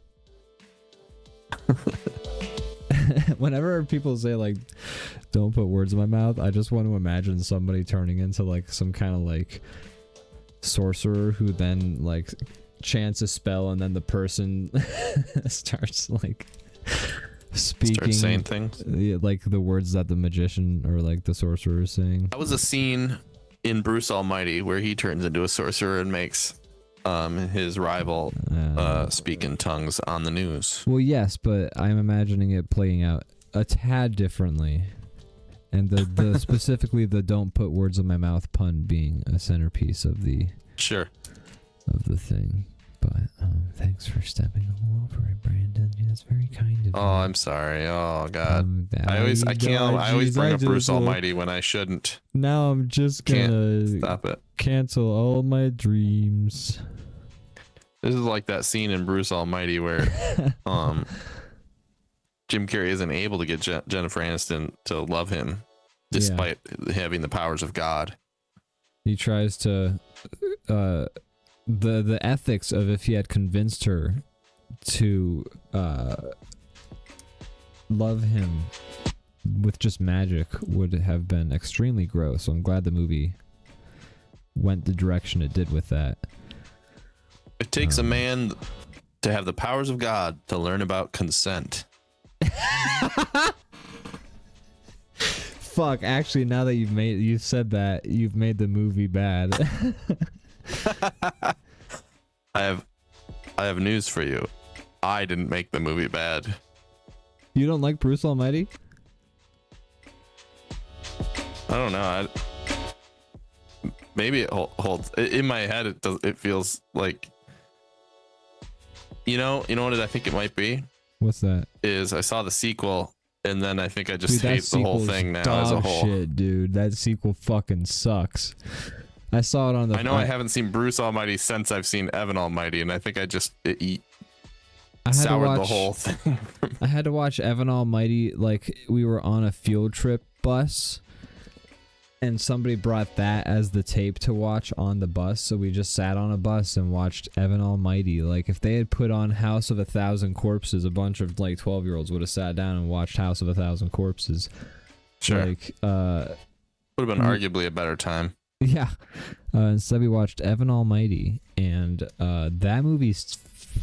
I mean, again, I was 12. I feel like my opinion on a lot of things has both changed since I was 12, but also solidified. I mean, we all sort of hold the opinions of ourselves around that age a little bit. Maybe into 16. Maybe 16's closer, but it doesn't. Whatever. Fuck it. Anyways, Evan Almighty's terrible. But Bruce Almighty, I feel like I remember that one still being pretty good. Pretty good. It's probably pretty good. But, that was just my attempt at diagnosing why I'm like, that movie's a stinker. It's because I'm thinking of Evan Almighty. Famously, Evan Almighty, made by fucking the guy who made Kung Pao Kung and Pao. the Fist. What a fall I think that's off. why you don't see much of him anymore. I know it's a Yeah, shame. What a shame. That's a shame. That's a shame. I will say this one thing. Evan Almighty did one thing that I liked. And that was at the end when Morgan Freeman, who somehow still agreed to be in this movie, Steve Carell I can understand. His career hadn't fully popped off by that point, but anyways,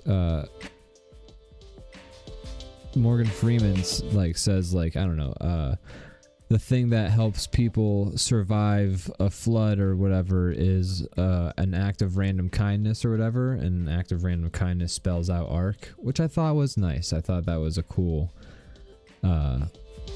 clever, and like agreeable, I think, message for the movie was that helping people and being kind to each other is what will save humanity. And also, I liked the clever wordplay of ARC being active, like an acronym for the thing. Anyways, but the rest of the movie fucking sucks. I give it 6 out of 10. Let's see. I personally. Oh, go ahead. I find it so funny that you guys have turned that into like this thing you expect, because I never, never intended. You don't even do it that much. It's just kind of happened a few times, and now it's stuck in my head. It probably is going to end up ruining your brain when you're like it's reviewing stuff. Ruined my brain. I just want you guys to know that you're going to think about that every time. Nothing can ever be a 6 out of 10 again because it's a meme. It's a meme now. You've memed me. Sorry about that. You meme me. You know, we all. Why you guys meme me? We all lived. See ourselves become the meme. That's right. You either live to become. You either laugh. You either live. You either laugh, love.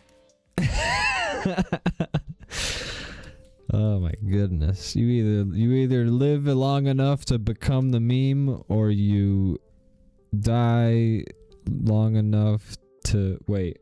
Hold on. You either see yourself turn into the laughing emoji, or you see yourself turn into the poop emoji. You either live long enough to see yourself become the meme, or you die soon enough to that you stay the laugher at the memes. I am becoming. Wow. Says Matty F. That's hilarious. I am becoming destroyer of images. Destroyer of contexts, honestly.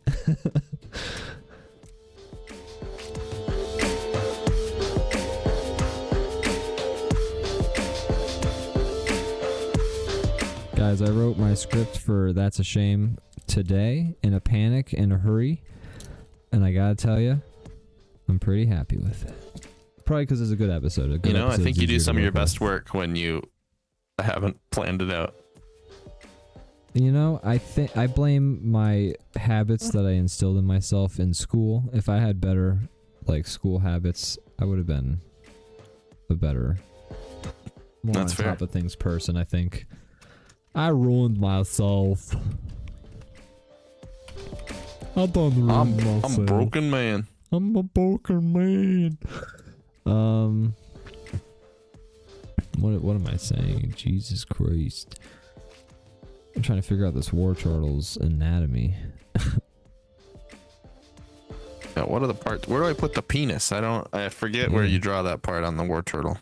And what does is the penis, does it a little to the left? Does it hang a little to the right? Oh my god, we have 7 minutes to fucking finish these drawings. I can actually do that. I'm making pretty good You time son here. of a bitch, don't lie to me. So I'm gonna make you look bad. I mean, I do say that every week where I'm like, oh, I'll be done in 5 minutes, and then I'm the one who takes the longest. So I it's always take possible I'm wrong again. You don't take the longest. Don't self-deprecate. It's not a competition, Ian. Don't self-deprecate for my sake, you son of a bitch. What the hell is the color of this guy's tail? Don't answer that. It's purple. Is it though? I don't know. Sorry, it's actually I think it's yellow. like this. Stop sabotaging my war turtle. This means war turtle. Turtle.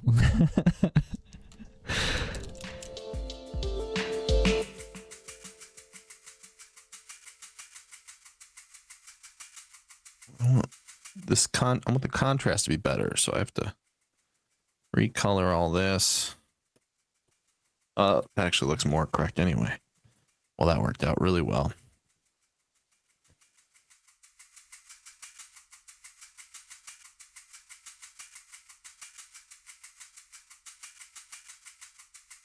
Dude, this fucking war turtle I drew sucks. Oh man, are you happy with your sketch? You seemed excited about that. The sketch is funny looking. I'm not saying it's close to a war turtle, but this is not a war turtle I've drawn here. What would you name the Pokemon you have drawn? Squirtle Man. Well, I mean, that sounds like you're on the right track because the in-betweens are all just basically like Charmander Man. That's right. He's got slightly better posture. Sploopy Doop Man, who looks like Their limbs are a little longer. Okay. How much time? We got about 5 minutes. Oh my fucking god.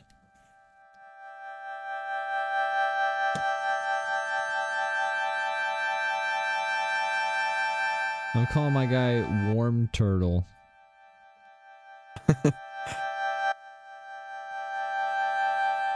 That's what they're called when they sit on a log They're warm. or under a lamp. They shrivel up and die like SpongeBob and Patrick.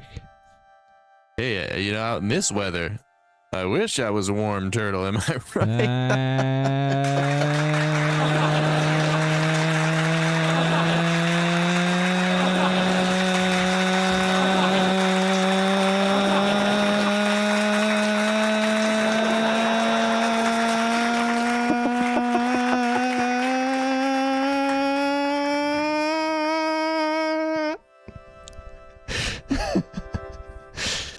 For your head to explode.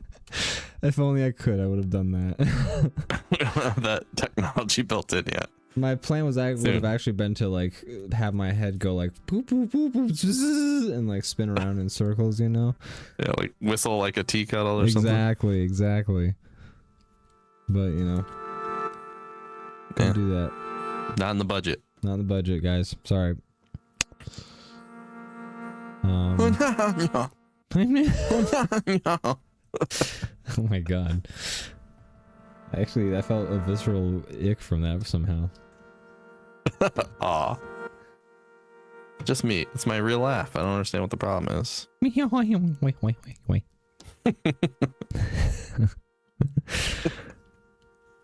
Oh, it's getting silly. We gotta shut this thing down soon. We got a few minutes.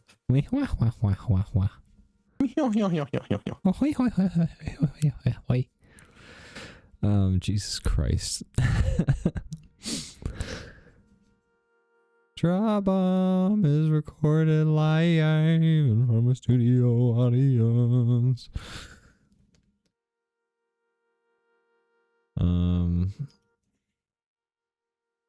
Okay. Now I need to. This war turtle is not what war turtles look like. I can guarantee that. There's some things I definitely got very wrong, but I do like my drawing.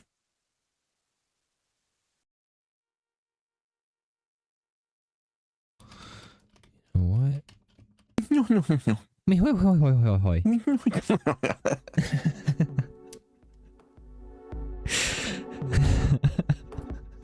Why is it funny? I don't know. What, I'm supposed to know these things? I'm supposed to understand myself and my brain? I don't. I made an executive decision. I changed what I think the tail specifically looks like. Okay. Because I have. Yeah, the tail is a part I'm kind of unsure about as well.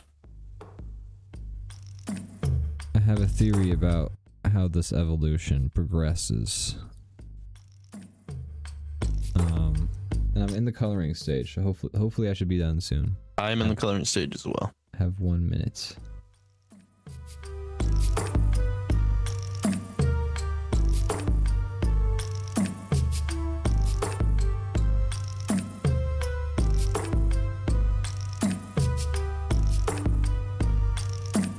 War Turtle's an intense name for how this guy kind of looks. Yeah, he's like just a little guy still. And he's like, he doesn't look like a grizzled, like war, like, you know, with a name like War Turtle, I expect like somebody who looks like they've seen action. Yeah. He's got like he should have like a knife sticking out of his shell. Yeah. That he uses on Pokemons to like cut their throats. Exactly. You get it. It's exactly what this game for children needs. Yeah. Hey, I mean, why not if they're gonna have that one Pokemon fuck people? Remember that from like last year? No? There's like my brain must have erased that. There's a Pokemon that fucks people? People found like unreleased Game Freak, like somebody had like hacked Game Freak or something like that, its database, found a whole bunch of like unused lore or some shit, and one of the things that they had in their databases was like the story about I forget which Pokemon, but it like had babies Ditto? with a woman. It was not Ditto. It was like I don't know. It was one of the newer ones, but like it had babies with a woman, and then the kid like people committed suicide. It's like it was like aggressively dark. I felt Holy like it was shit. fake. I felt like it was fake or something like that. And it probably was fake, but that was like a story that happened like last year where It feels like OG Pokemon lore when they were used to. The original game had some dark shit where they're like, this Pokemon is delicious, or it was like Cubone is like wearing the skull of its mom. Yeah, he's wearing his mom's skull, or things like that. There were a few of those. Yeah. It kind of in the has original, that vibe, but like way more intense. Well, sheesh, is what I got to say to it that. could be fucking fake if somebody wants to verify. I wish I could tell you the name of the Pokemon, but I just don't know the Pokemon's names that well. Pragamon, no, stop. No, God! No, God, please, Is that a sound clip from Evan no! Almighty? That is. How did you know? No! Sounds familiar.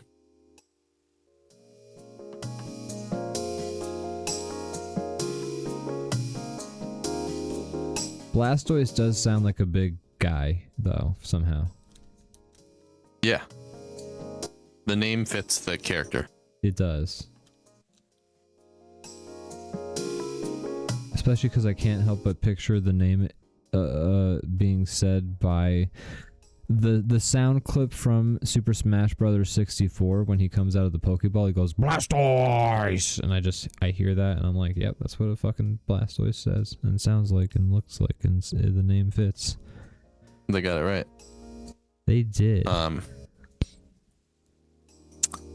think mine's about done. Mine too. I'm just doing the finishing touches. Okay. Me too.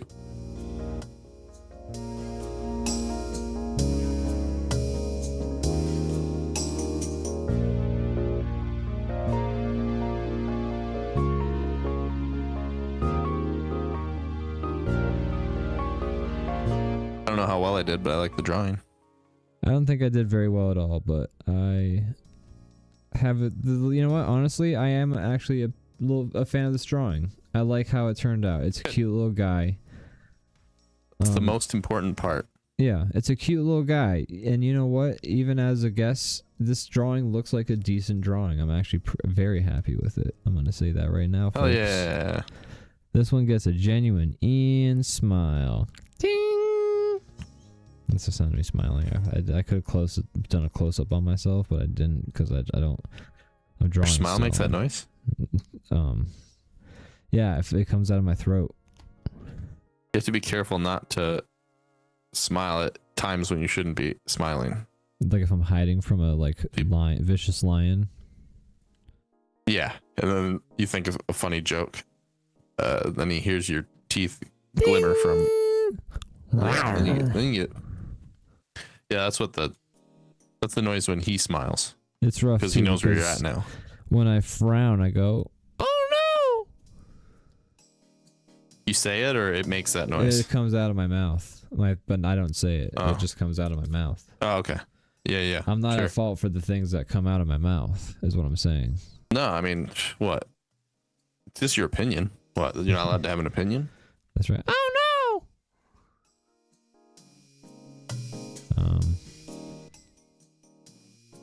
Anyways. I'm coloring one last block of space in my drawing and then it's done. All right. I'm just cleaning up some messiness that I did. Other than that, I'm done. All right. Let me know when you're ready. Okay, almost.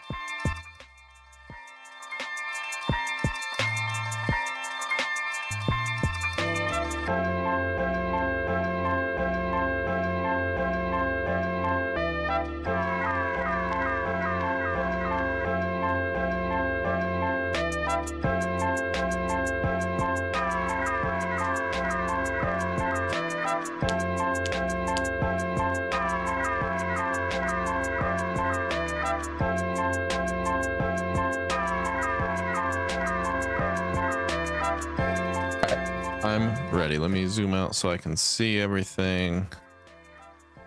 I think I did okay. We'll see. All right, I'm gonna reveal yours. 3, In 3, 2, 2, 1. 1. Nice. I like yours. He looks like he's like if a Squirtle became a vampire. You know what? You're absolutely right about that. Bleh. Squirtle.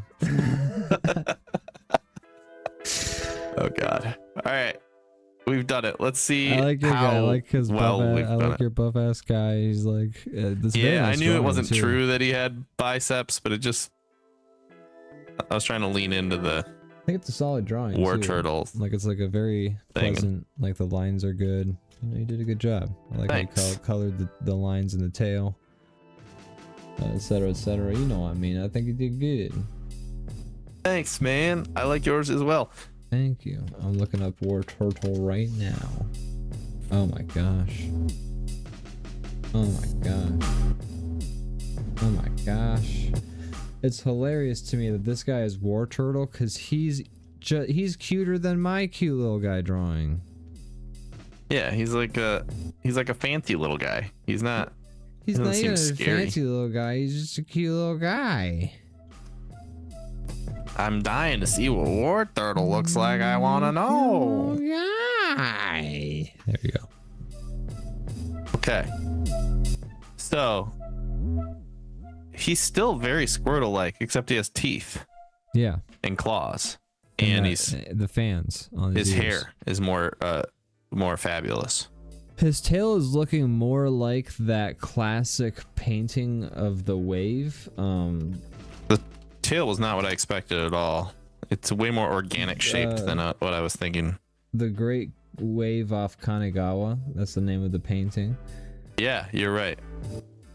It's kind of going. I guess it's not going for that because that's more spiky waves now that I'm looking at it. But his is more swoopy doopy waves. But I was expecting it to go the Charmeleon route where he gets a little like lankier, kind of like Right. you know, he gets a little more like posture, more like, but no, he's still very Squirtle shaped. Still very Squirtle shaped. Seems very Squirtle sized, even perhaps, with no Yeah.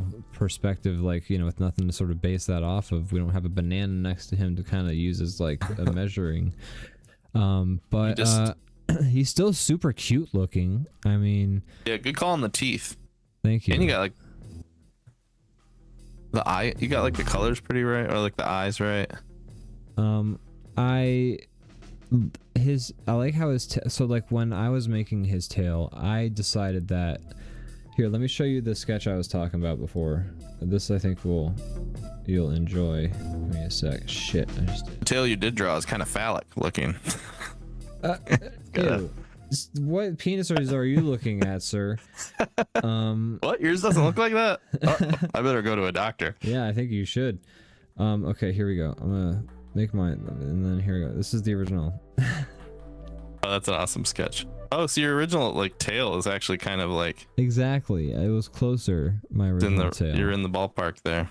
But I decided to go a different route. I thought I was doing it wrong. Yeah, I expected sort of his tail to add, because I think Blastoise just has like a fucking tail, like a straight Think so. triangle of a tail. That's how. Yeah. So in my Not mind, that we should be talking shop, but I think we both had that part locked. yeah. So in my mind, I was like, okay, well, as the War Turtle evolves towards a Blast, like, you know, Squirtle evolves into a War Turtle in that direction of Blastoise, the tail would unfurl, because Squirtle's kind of, it starts out furled up. That makes sense, like a leaf unfurling, Exactly, you know, from a bud. Like a progression sort of thing. But I guess the tail. Good thinking. You're thinking like Animorph style. What's the in between? Right. But this one's just like he evolves into a wacky tail, an even wackier tail, and then he evolves into a super normal tail. So hey, whatever, man. The Charizard progression does look like a progression. The Bulbasaur one kind of does. This one is like 3 different guys, kind of. Yeah. Because the Blastoise also, not to talk shop again, I think loses the head fans. You can confirm or deny that if you'd like, but that's just sort You're of. correct. So yeah, they are kind of just like 3 different guys. But I've seen some animals go from really weird child to adult stages, like animals evolve in the lifespan of an animal, like a fucking butterfly. Yeah, when you see a child animal versus a grandpa animal, very different. These are things. This isn't weird. I know the wording's not the most straightforward, but No, don't act like I'm you're very saying correct. alien shit. Ian's not from this world. Hello, humans. Tell me about your child and adult animals. Ian, we gotta go. We've The overstayed our child welcome. cat is the adult kitten. Okay, We have folks. to get back to the ship.